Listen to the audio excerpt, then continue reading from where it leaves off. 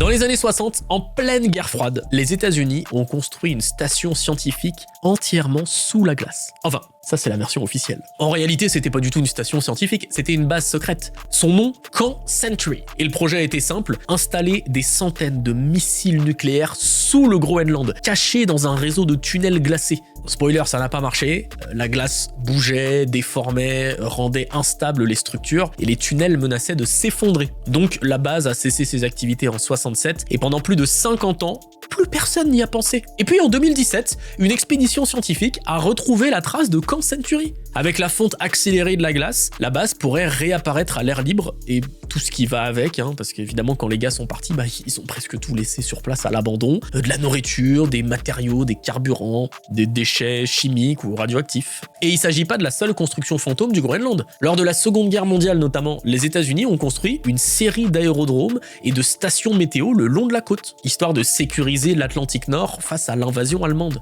Le plus connu est Bluey East 2, qui est toujours visible. On peut y voir des restes de bâtiments, des carcasses de véhicules, des bidons d'essence, mais par milliers. On est presque sur un décor post-apocalyptique, même si une partie du site est en cours de nettoyage.